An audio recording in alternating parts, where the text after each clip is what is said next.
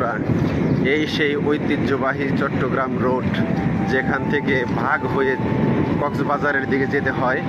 আর আপনারা সামনে যে পাহাড়টা দেখতে পাচ্ছেন, অতি শীঘ্রই এখানে কাজ শুরু হবে, যেটা নাকি সারা বাংলাদেশের মধ্যে সবচেয়ে বড় জেলখানা তৈরি হবে। আমরা সেই পাহাড়ের দৃশ্যটা আপনাদের দেখার জন্য, আপনাদের মাঝে শেয়ার করার জন্য ভিডিও করলাম। দেখেন, আশা করি আপনাদের ভালো লাগবে। দেখেন কত সুন্দর একটি দৃশ্য, কত সুন্দর একটা মনোরম পরিবেশ।